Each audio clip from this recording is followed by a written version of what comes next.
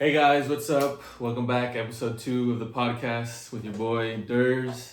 From Jeezy. And let's get straight into it. La Serie A. We got a bit of a title race on our hands right now. Yeah, you got Atalanta, Napoli, Inter holding it down.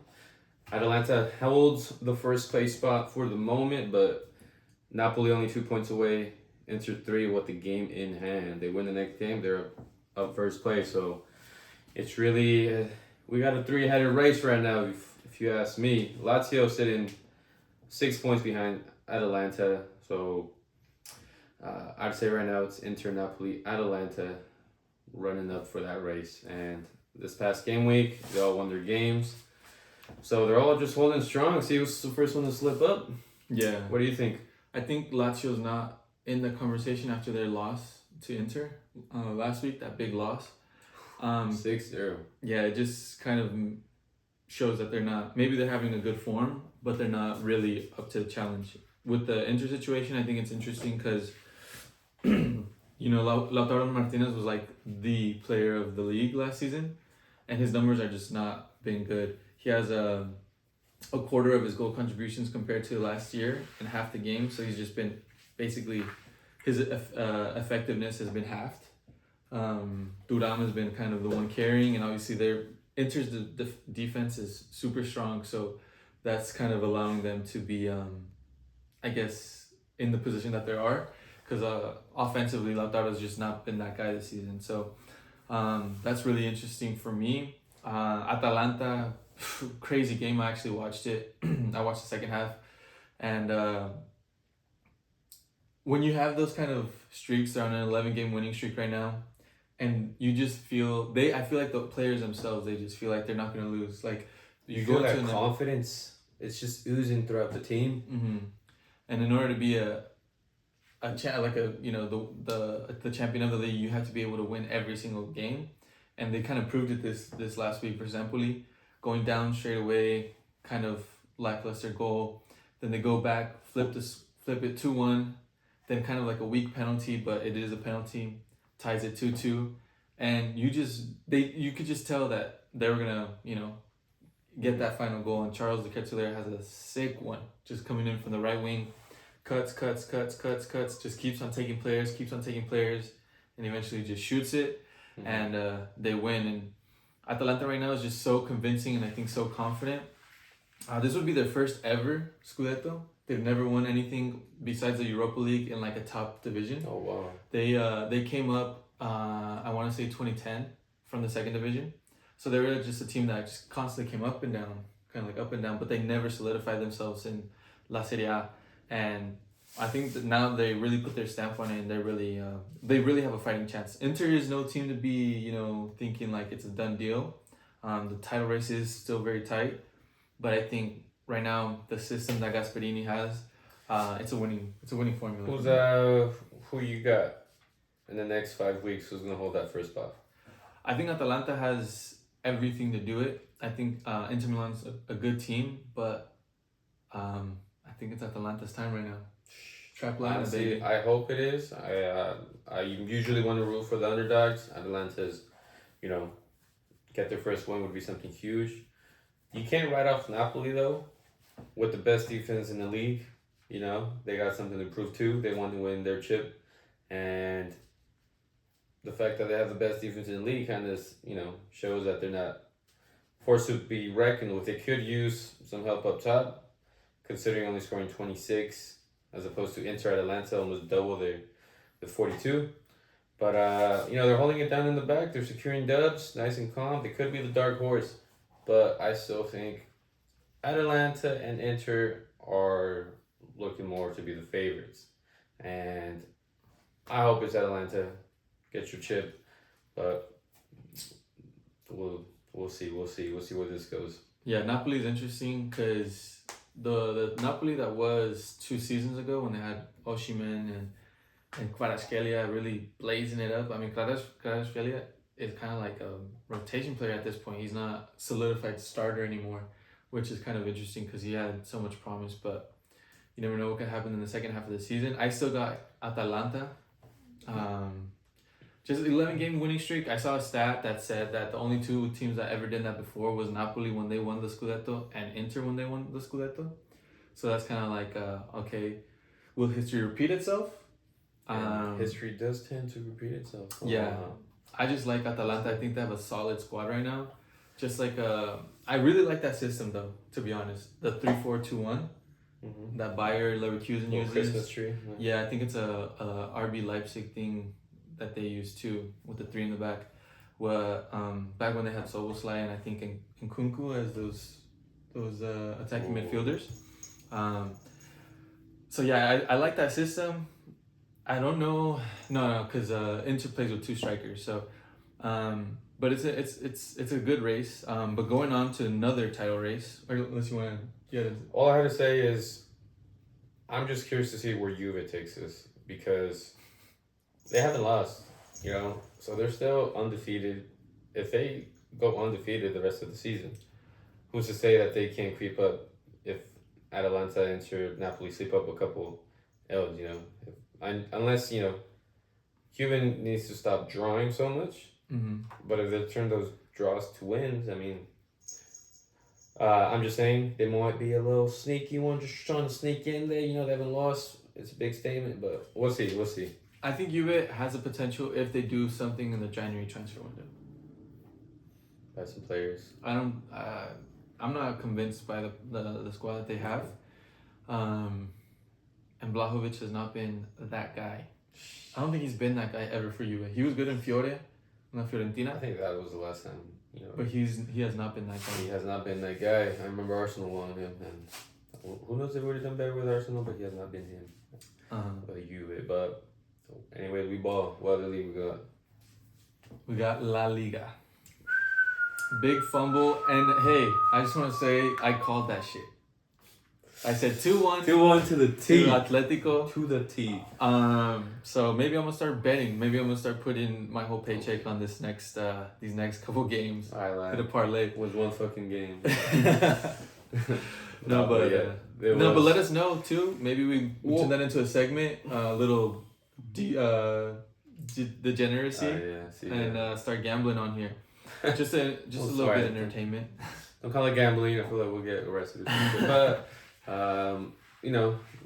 leaving who you think is gonna win, we can maybe do a poll or something like that with some games. That'd be pretty fun. But we could all who thinks who's gonna win. But what a comeback from Atletico. I mean, from being 1 down, Barca could have made it 2-0. Lewa missed. Everybody missed. There was this sitter that he literally was in front of the goal, boom, and he missed the ball completely. Just Rafinha missed a couple too. He missed. He chipped one and hit the post. Barca seemed to be very unlucky, but it seems like they've been missing a lot of chances as of late. Could be unlucky, could be something else. But Atletico held it down. I feel like they were. It's just what they do, They hold it down, and then when they use those counters and score, and they don't, no perdonan. They don't miss out on the chances like Barca does, and that's what wins them games. And now they're sitting top of the league. With Barca Madrid holding it down, that's another 3-legged horse. Could get a little crazy. It's get a little funky, a little crazy. It's my kind of action. Yeah, it's similar to the Serie A where you have those the top three that you feel like those are really in the race. But then you have that Lazio, and then in La Liga you have Athletic Bilbao. Athletic Bilbao is like 2 points behind Barca, and I'm technically a Madrid fan, but I have a lot of feelings for Athletic Bilbao. I like them. I want them to do good. And I don't think that they're in the title race. They're not too far though. But how sick would it be to see Athletic Bilbao win the league after that Copa del Rey that they just recently won, to be able to win the league? That would be sick. Just in general, because it's been Barca, Atletico, and Real Madrid for like the last 20 years, I want to say. I know Valencia won it once recently, or not recently, but within like the last couple of decades. But hey, Athletic is here, and I like it. The fact that they only play with people from the Basque area makes this even more impressive, because imagine what they could be doing under Ernesto Valverde with outside players. But as a Chivas fan, I gotta say you gotta respect that the traditions and stuff like that. But But look at them. They've won. They haven't lost in their last 14 matches. yeah, and then they beat Real Madrid as part of those matches. They beat Real Sociedad. So they're convincing win. I mean, they're doing good. They're doing good. You can't knock them, but they definitely don't have the depth that Real Madrid, Barca, and Atletico have. Yeah, I know. How funny would it be though? You got Barca, Madrid, Atletico fighting, and then Atletico just surpasses them and Yeah. stays on. But wishful thinking. Madrid and Atletico, both Madrid sitting top and second, both with a game in hand. Barca slacking after that one. Need to step it up. Third place, 38 points. 1 point separates Atletico and Real Madrid. 5 weeks from now, what do you got? I think Real Madrid's gonna eventually overtake them.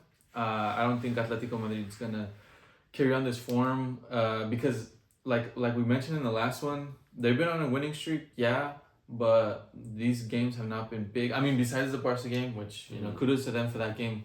No downplaying that. That was a big game, but I think Real Madrid is just a better team. Mbappe is finally, it seems like he's starting to click. It seems like he's starting to get it. He's understanding the system. I think in his last 8 games, he's had 8 goals. And I think it's time for him. Hopefully Vinny, once he comes back, he should be ready by next week because he got a accumulation of yellow cards. So that's why he didn't play this week. So he should be ready for the next game. We'll see how he lines him up with how he puts Rodrigo, because this last game he put Rodrigo on the left wing, Brahim Diaz on the right, with Mbappe up top. So I'm sure you just put Rodrigo on the right, Vinny on the left, and if they start to gel, I mean, they could start. This could be like the scary part of Real Madrid that everybody was afraid of, and then in the beginning of the season they didn't really live up to the hype, but maybe now is the time.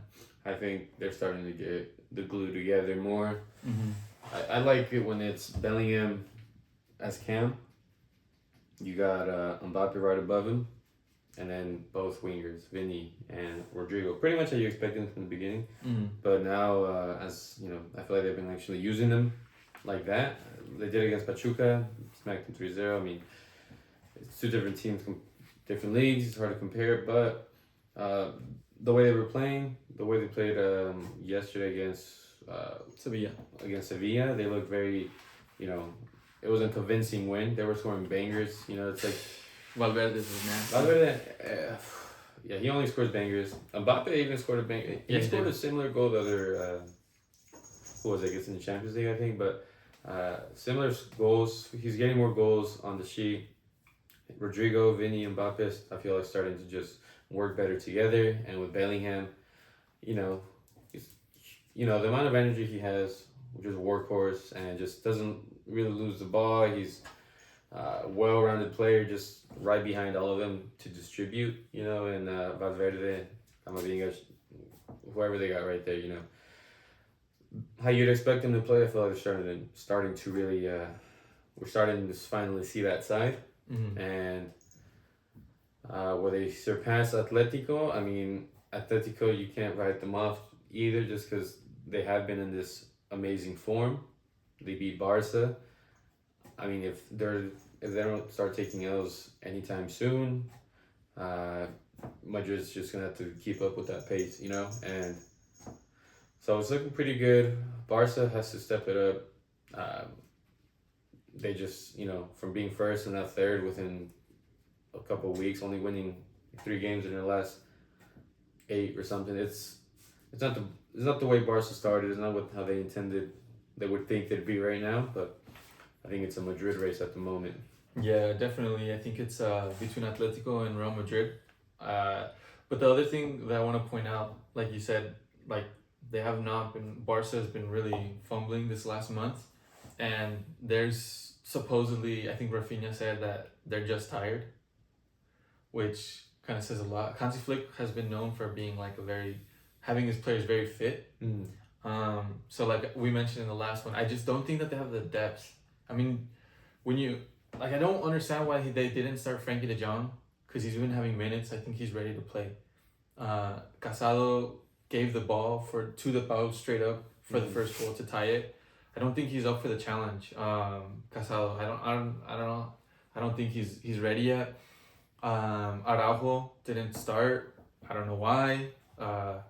They started Inigo Martinez and Cubarsí in the back. Cubarsí, the ball goes through his legs on the second goal, which I think that he should have done better. He might have been tired. It was like the last play of the game. I just don't. Look, I'm not saying Barca are playing awful, because you saw that game, they were pretty much dominant. They had more chances. I think they even had more possession. They were unlucky in the ways that they didn't score those one-on-ones, the sitters, Especially from Lewandowski, one of the best strikers in the game. Misses a sitter that close. It's not something that you really see every day, but Rafinha too, just missing his chances. So it's not necessarily Barca's playing bad. I mean, that was a goal and a half by Pedri. He put in that work. We're finally starting to see the best of Pedri. Relying on him solely, though, is not how Barca's going to win. And you need your forwards and strikers to be making those goals. And they weren't unlucky. They were very unlucky on that day. But if they make those 2 goals, maybe we see Barca winning game, and we'd be having a different conversation right now. Yeah, but so very unlucky. But that's what you got to do. You got to score your goals. So you don't score them, you're gonna get punished, and Barca is definitely getting punished at 3rd place at the moment. So in Germany, what we got Bayer Leverkusen and Bayern Munich really taking the lead on this table, both with very big wins, 5-1 each. Just complete demolition this weekend, and it's hard to say that anybody else has a chance. Bayern never losing, but I mean, Bayern is gonna do what Bayern does. I mean, they didn't win it last year, but Bayer Leverkusen was looking unstoppable last year. I mean, they did it with no losses, right? And they've had a couple losses this year. Exactly how many have they lost? Just 1. So they both only lost 1. So it's not. They're both doing up there, but literally some of the ties is what's causing them. But in the recent forms, Bayer Leverkusen is 5 for 5, while Bayern has dropped some points and took their first L against Mainz. Mainz is doing good though. I think Mainz just beat Eintracht Frankfurt, who's also top 3. Eintracht Frankfurt is definitely the team that I don't think anybody expected them to be competing for Champions League this season, but they are because of one man, and I think that's Marmoush, the Egyptian prince, the successor of Mohamed Salah. Potentially come to Liverpool, baby. He's definitely been doing good, but in the last 5 games, I think in all competitions, Eintracht Frankfurt has not won a single game. So I think this could just be a small patch of like a bad form, or maybe it's time to think about potentially selling Marmoush as you could get a lot of money for him in the January transfer window. But I think as of right now, I would genuinely just everybody just hold your horses on this one. Wait till the end of the season. Maybe in the summer, think about letting him go. But I mean, yeah, it's hard to have someone go when you're fighting for the golden boot. 1 out from Harry Kane. You have the most goals and assists. Pretty much putting Frankfurt, on his back, but to lose that quality of a player who's, could get Frankfurt Champions League, good run, and give, both Bayer and Bayern some competition, keep them on their toes. I don't see Marmoush leaving in January, although I would love to see him in Liverpool with my boy Mohamed, they're both Egyptian. Why wouldn't you want to come? And they probably wouldn't be too expensive for him. So I would, as much as I'd like to see him in Liverpool, I feel like he's gonna stay for sure with Frankfurt until the end of the window. I don't see them getting rid of him, especially with how they are right now. And if they do manage to sell him, it'd have to be for a lot of money, and which Frankfurt could then, use to better their team. So I see both of them, but I feel like if you hold him a little bit longer, he'll probably be worth more in the summers. And So maybe that's what Frankfurt is banking on, and they get Champions League. So I don't see him going anywhere, but doesn't mean he's staying in the summer. And I hope he's coming over here. So sign that contract, big boy. But yeah, I don't see him going to Liverpool. Maybe Man U. piss off. Anyways, moving on to England. We just had the Carabao Cup, the EFL Cup, quarterfinals. Now we're into the semifinals with Newcastle versus Liverpool, right? This past game? No. The now the semifinals is it Oh, Newcastle, yes. Liverpool, The and EFL then Cup is gonna be Spurs. Liverpool. Oh yeah, we got Spurs. Oh, you guys got Spurs. Okay. Arsenal, Newcastle. Yeah. So that Spurs Man U game. God, how are you professional goalkeepers? How did you even make it this far? Brother, that was the most insane thing I've ever seen. Man U, bro, like they literally had the goals gifted to them. It's like Spurs felt bad. It was like, bro, Yeah. like 3-0. Here, bro, take a goal. You know what, bro? Take another goal. You know, let's make it good. And let's give it something to the fans. You know, this game's getting a little bit too boring. But also, Man U. I mean, a gol olímpico. Because you're too weak to put in an arm in front of the guy, you know? Mm-hmm. And then that first goal, I think he had a lot to do with the goalkeeper. And I don't know, it's just terrible goalkeeping from both sides. I think his name is Bayinsir. I don't know, the Man U keeper. I don't think you're playing another game for Man U this season after that. I mean, we get it. You played bench as a cub. But you're a professional soccer player. Both of you. I mean, Spurs. And you're only second string for a club of that magnitude. You should be putting in a shift, you know? And the goals we were watching, bro, like it was Sunday League soccer, you know? Genuinely. Sunday League soccer. And it was an entertaining match, to say the least. Mm-hmm. But that's why Man U's where they're at, bro. They literally... 13th, not where they want to be. They have a new manager, so we'll give them that. We'll give you some time. This rest of the season is honestly over for them. What other cup are they in? They're probably the FA Cup. Who, Man U? Are they still in the FA Cup? They have to be in the FA Cup. Yeah, FA Cup just started. So yeah, they're for sure in the FA Cup. They got no Champions League. They got Europa League. They got Europa League. And they're doing pretty good in the Europa League. But the league, it's pretty much done for them at this point. Yeah, you for just Man U, gotta I don't figure out what works, figure out what doesn't. Try to at least I'd focus on Europa League. Just don't get to try to qualify Champions League. Yeah, to try to qualify Champions League because you're fighting quite the battle in the Prem. Top four is between Chelsea, Arsenal, and City's not even on there anymore. So I was gonna say City, but City just keeps losing. So I still think they'll get top four because Really? City. Yeah, bro. It's Pep. I don't know. I see them still getting top four. I think they're gonna do something in the transfer window though. They I got the see money. Nottingham and Bournemouth. I mean, they're like impressive how they're up there right now. And considering Nottingham Forest, the places have finished in the last couple of years right above relegation. See them now in fourth place.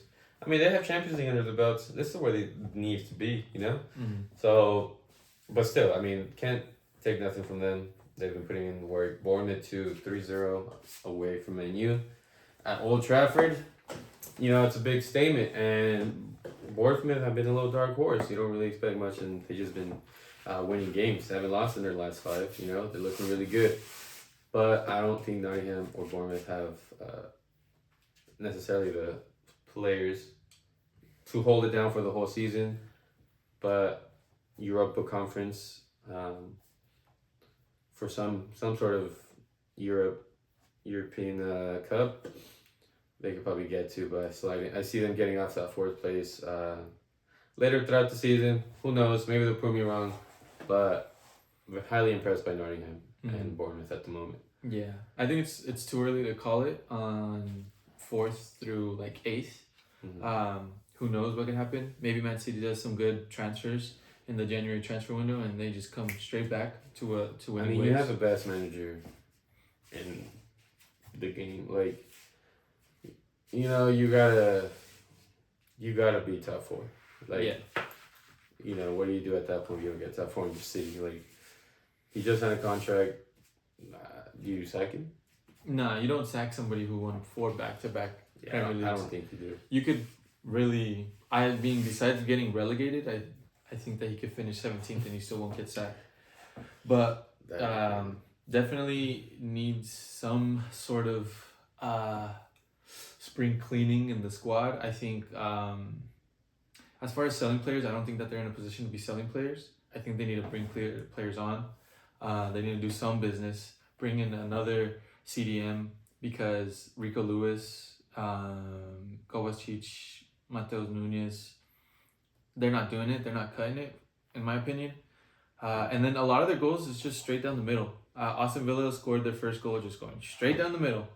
And they had all their opportunities just playing it straight down the middle. So it's definitely something's going on there where they're just open defensively. I think maybe they overly relied on Rodri. Yeah, I think so. Turning your ACL, I mean, there's nothing delicate. Ballon d'Or winner, you lose the best player on your team. You know, it's reasonable, you know, but you got to be able to, shit happens. You got to be able to pick yourself up. Yeah, definitely. I think City will eventually pick themselves up. But right now, they got to figure something out. It's not, whatever they're doing is not working. But going on to the other side of it, Aston Villa beat Man City with John Duran in the squad, who scores. And he started, right? He starts and Finally he started scores. to start. Morgan Rogers assisted him. And Duran could have had even himself. more goals that game. I didn't watch the game, but I watched those highlights, and he was in dangerous areas, unlucky on some, but he could have had himself almost a hat trick that game. Yeah, he's definitely a dangerous player. I like him a lot. I rate him. I think that he should be the starter over Ollie Watkins, but it's hard to make that decision after last season. Ollie Watkins had a really good season last season. Yeah, so that was like Villa's guy. Yeah, so it's definitely like something that's like what do you do, you know? But I mean, the stats are in John Duran's favor. They both have an XG per 90 of 0.7, but Ollie Watkins' goals per 90 is 0.55 goals per 90 minutes, while John Duran is literally double that, 1.12 goals per 90. So he's more effective on the same XG. He's just overall. And these goals by Duran, man. Like, he's scoring worldlies. Yeah. And he's the trying goal against things. Bayern when he just hit it. Bro, like, that's just the confidence that he has. He's got that instinct just to, he knows where the net is at and just rips it, you know, and I feel like he just glances, feels the goalie's out of his line, he's like, I have a chance, and he takes it, you know. That's something that you can't really teach, you know. That's nature. That's like, you know, that's Mother Nature doing this thing right there. You know, he was sprinkled a little bit of audacity on him, you know, because man, some of those shots, you know, I probably look for a pass, but this guy shoots it and scores them. It's just, all right, you know, that's different gravy, you know, and hopefully he's able to, you know, really grow from this and take advantage because, you know, you're fighting against Ollie Watkins, who's a, you know, England striker. You know, he's class. He had a worldly of a season last season with assists and goals. So, you know, really being in that conversation of who do I start, you know, it speaks volume. And so I really, you know, hope the best for him. I really like Aston Villa just because of how good they've done as of the recent years from recently being promoted and all that. But and Duran just scoring bangers. You know, we want to see entertaining goals. We want to see, you know, entertainment. So I hope they keep starting him and he just keeps scoring worldies. Yeah. If they're able to work with Ollie Watkins and Duran, find something too. Maybe two strikers, drop Watkins as a cam, or put one wide. Who knows? But if you're able to make both of them work together, that's something I'd be interested in seeing. I mean, it depends on Unai Emery, his system. I think he's always played a 4-3-3. So that would be tough. You would have to put someone out wide, and I don't know if they have the facilities for that. I mean, John Duran, I don't see him playing out wide, so it has to be Ollie Watkins. But who knows? He's the coach. I feel like he'd be a good left winger. Ollie Watkins? Ollie Watkins. I don't know. But that cut right and shoot would look nice. Moving on to other strikers, back-to-back wins for Arsenal against Crystal Palace, with 5 of those goals being from Gabriel Jesus, showing up for Christmas as Jesus does. But Jesus does. but I think that he's not the answer. I think Arsenal still needs to go get a striker. Yeah, they definitely need a striker. I mean, Jesus Gabriel, he's good, technically, and he could score goals. But I don't think he has that killer in him. No, and I feel like what Arsenal need is A killer. a killer. When you have Number 9. Saka on the wing, Odegaard behind you, These are all fragile. By fragile I mean like, you don't expect them to win the headers most of the time, or something like that, and they're classy. They boom, quick touch ball, 1-2, 1-2, but you need someone who's going to be able to body a player off him, make a quick run, and just got that threat to just boom, shoot it bottom corner, body him off, score. Havertz, he's not that strong, so he can't. He wins do that headers. He'll win headers, but yeah, he's not going to be someone that's going to bully the defenders in the box to open space or be able to hold the ball to be able to allow Saka and Odegaard and whoever Arteta wants to put on the left wing to make those runs. So yeah, I think they need to do something. Vlahovic, he is pretty physical. He's pretty fast. So who knows? Maybe they'll do it and he'll work under Arteta's system. I don't think Juve is in the position to be letting go of a striker though.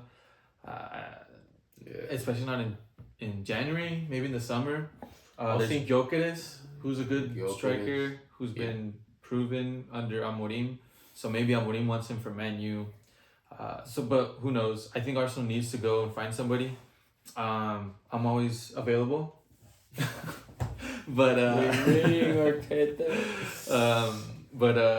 we need you for Mondays, bro. We can't lose. No.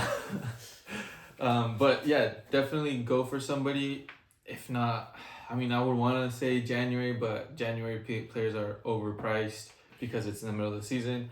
It's inconvenient for the other team to sell. So who knows what happens? Match of the game of the week. You want to hop into that one? Spurs, Liverpool. I mean, we're gonna have a repeat. But this was nasty. I mean, I think Forster needs to retire.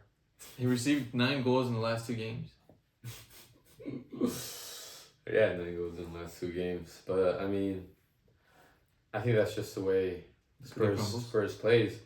Like they got the attack, but defending is just not there.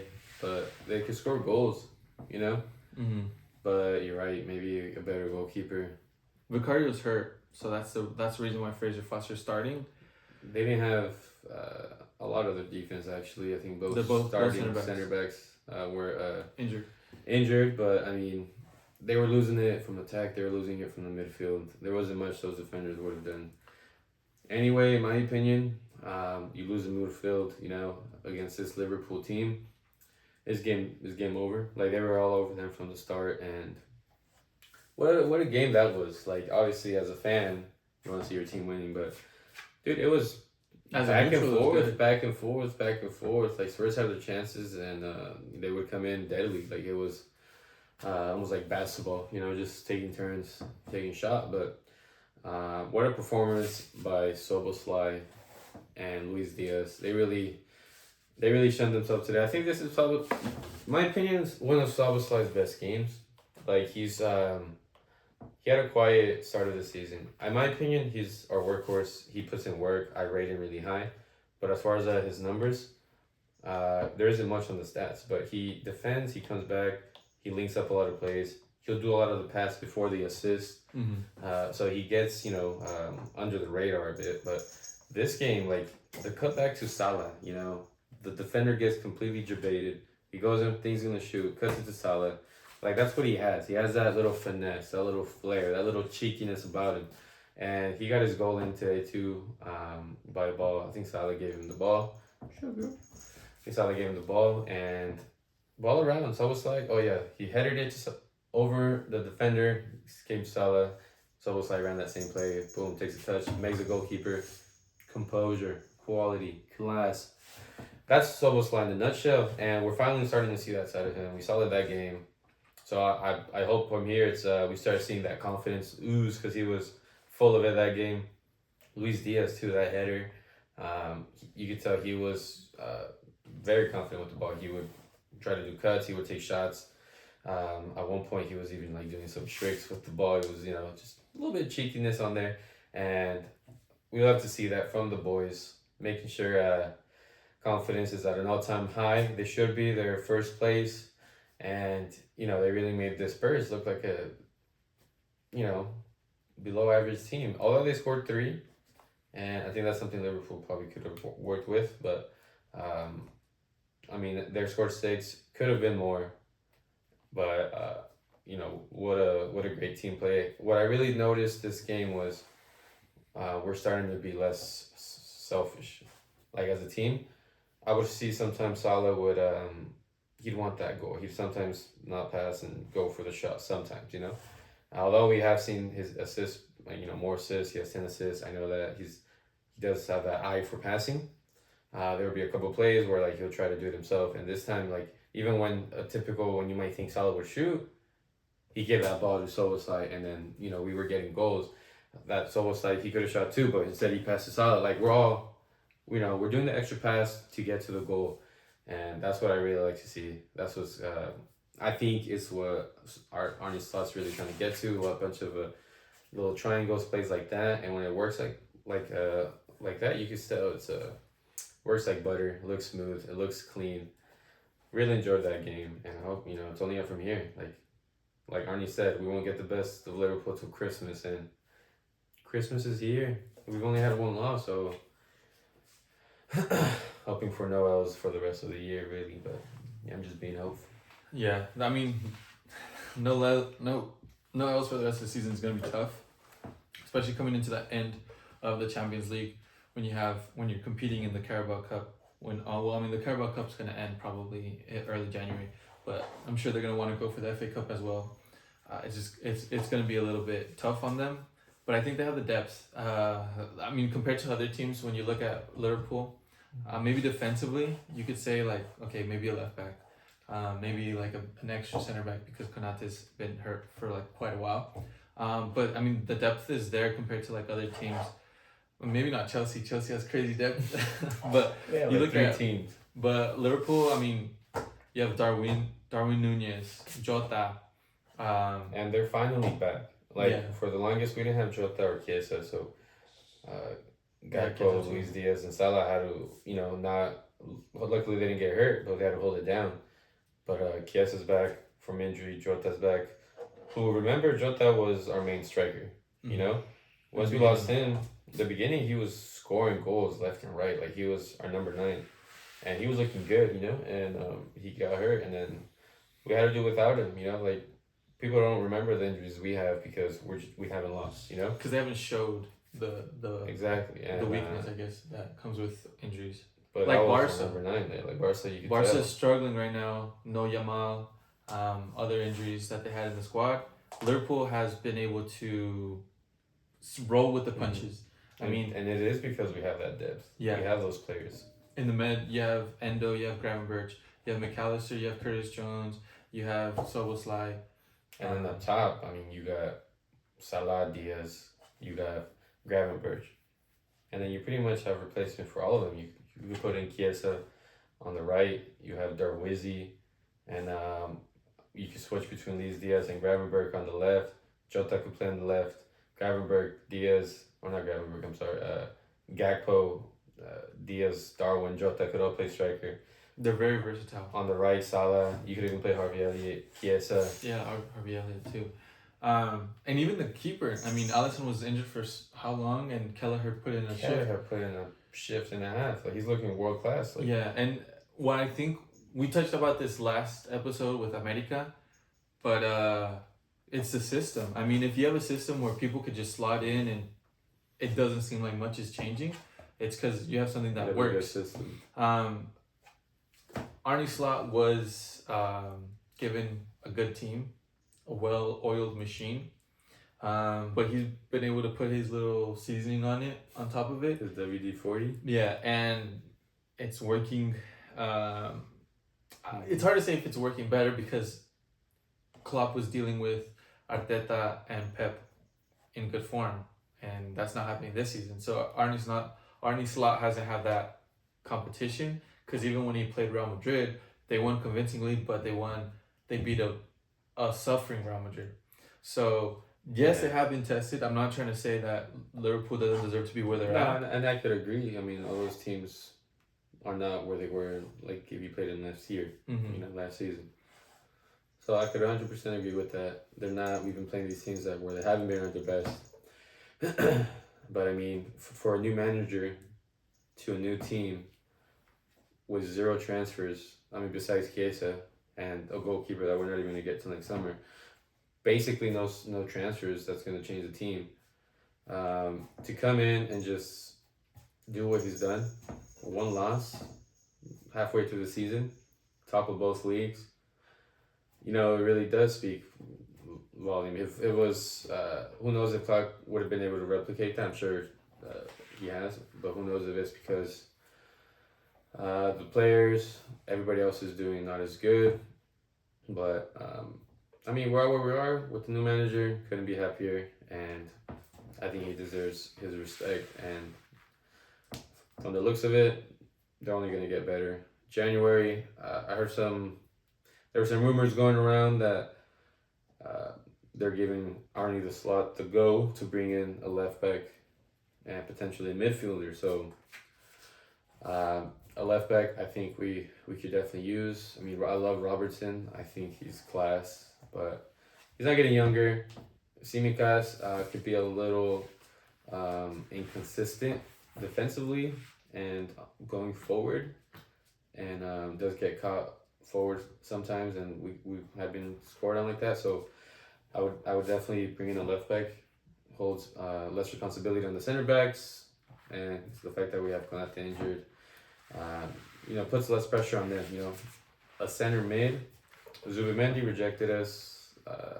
Who knows if they'll try to go for him? I don't think Liverpool's a team that really goes back to their exes like that after they break up. So I think that one's done. But some names that have been flying around are the guy from Atalanta, Gelson Martins. It's Gelson, no? No, not Gelson Martin. It's Everson. Emerson. But a lot of people have been linked to Emerson. I know, but I just really want him. But he's class. But they're just rumors. They're just nothing really concrete. But I think if we get a left back, for sure, we'd be in a better position for the rest of the year. And I would like a center mid. I mean, we have some depth, but why not add to the mix? Gravenberg has been surprisingly super well. We have McAllister, who's world class, and then so is Life. It's just they've all been working together splendidly. Curtis Jones has also been showing up.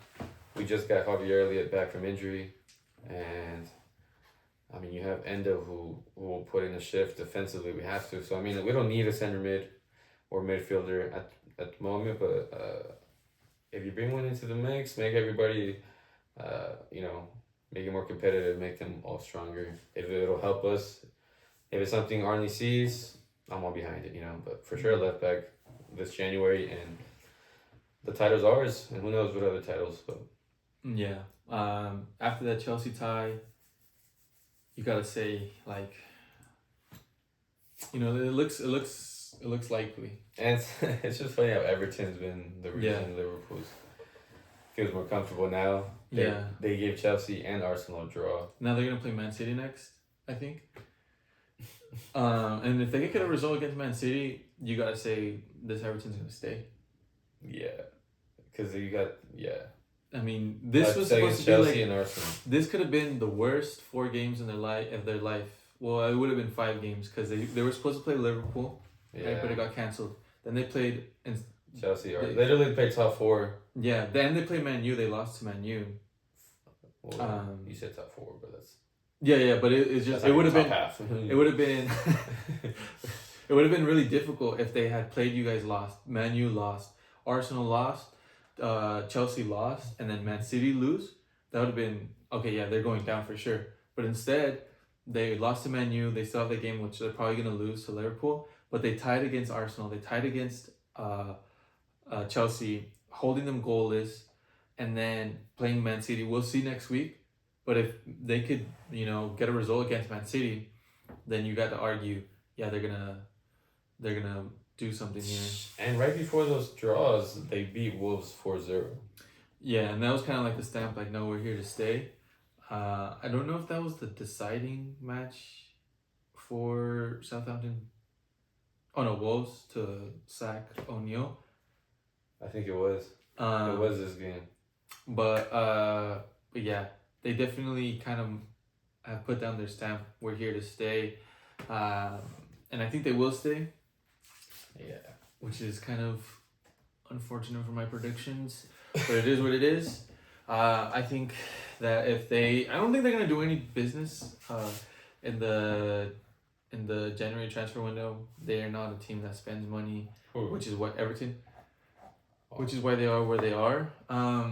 But I mean, it's funny. Like the Arsenal game, I was looking at their XG. You know, their XG was 0.09. That game, they just parked the bus. And then against Chelsea, the XG went up. It was 0.39. And funny enough, the player of the game was Chelsea's goalkeeper. So definitely he saved them in a couple situations. So Everton could have almost scraped that win. But it's kind of like, I mean, do what you got to do to stay in the Prem. But I don't know. Playing like that is annoying. I mean, that's what Sean Dyche, right? Yeah. That Brexit football. It is what it is. Overall, good. I think it was a good week in the Prem. I think that Chelsea game was kind of whack. Brighton tied, I think, to West Ham on Friday. But other than that, pretty good games. We saw Wolves and Southampton with their new coaches. Wolves actually got a coach. They went out. They got some guy who has coached. I think he's Portuguese, and he's coached in a couple teams in Portugal, and then most recently in Al Shabab in Saudi Arabia. And Wolves went on to beat Leicester 3-0 with some terrible defending, to be honest. Leicester really screwed the pooch on that one. Van Nistelrooy definitely had a tough.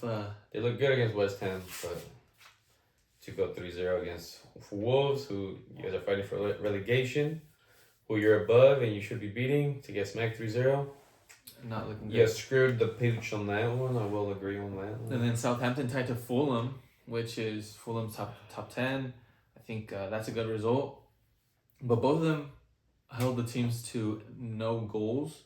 So that's a good sign. Who knows what's going to happen? I still see them going down, though. Just because they don't spend money, to be honest.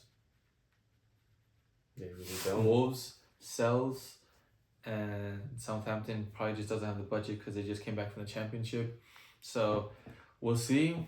For next game week, what do you think is going to be match of the week? It should be Boxing Day, right? It should be on the 26th.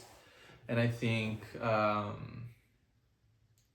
Brighton and Brentford is going to be a really good one. Fulham Chelsea might be a good one. And Fulham Chelsea Fulham. Nottingham and Spurs probably going to be another good one. Oh, that's actually really good because Nottingham, I think if they're not tied with Liverpool, they are the best defense in the league. And then Tottenham is the best offense in the league, just based on goals scored and goals received. So that should be a good game. See what happens. Nottingham is very defensive, and they're looking really good at top four. That's what they can do against Tottenham. At all. Tottenham has no defense. Wolves at home versus Man United. Will Man U choke? Nah, I think right now Amorim. I was looking at his lineups. He hasn't repeated a single lineup, so he's still trying to figure out the squad.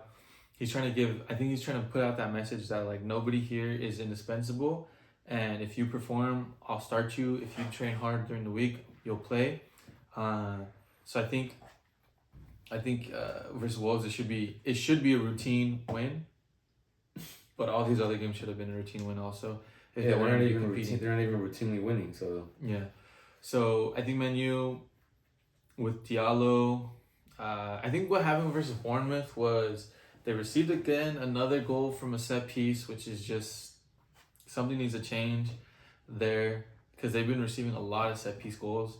And then after that, going into the second half, they're like, okay, let's try to be more offensive. They drop Bruno into a center mid position to push up, to put in Garnacho to play as an attacking midfielder. And I think they just got caught kind of out of place. Bruno wasn't dropping probably. I was watching the game and I didn't really see. I saw them counter a lot. I saw Bournemouth kind of like suffocate Man U in their own half and then try to counter as best as they can. The last 2 goals came from the right side of Man U's defense. So that was Mazraoui, who was probably pushing up a lot because they were trying to get that equalizing goal. They go down the line, get a penalty, score the penalty, and then the last goal, probably pushing up too much bodies. They do the same thing, come in from the left, Man U's right side, and just put in a ball, and they tap it in. So I think Bournemouth played their game, and Man United got a little bit. They just kind of like fumbled the bag because trying to get that equalizing goal. But I think right now Amorim is just trying to get a feel for who he has. He was so successful in Portugal, so maybe he's doubting himself. But it's the Premier League. This is a completely different thing. No, you gotta give him time. And you gotta give him a chance. I feel like he knows he's got time. But as the Man U fans, you gotta, and he's done amazing things. You gotta give the man some respect, some time. He's still trying things out. I mean, he beat City away, so there's still some good from there. Mm-hmm. But you just gotta give this manager some time, and I feel like it will take some time. I think it'll take the whole rest of the season, to be honest.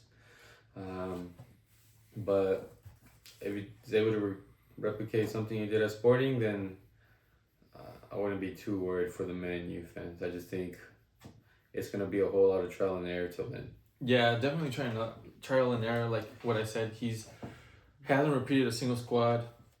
A lot of the players obviously don't exactly fit his system. It was Ten Hag's system or idea, whatever you want to call it, because he didn't really do much, I think, at Man U. I think the big issue with Man U is that they just have a bunch of individuals and they're not a collective. Like what you were kind of speaking about with Liverpool.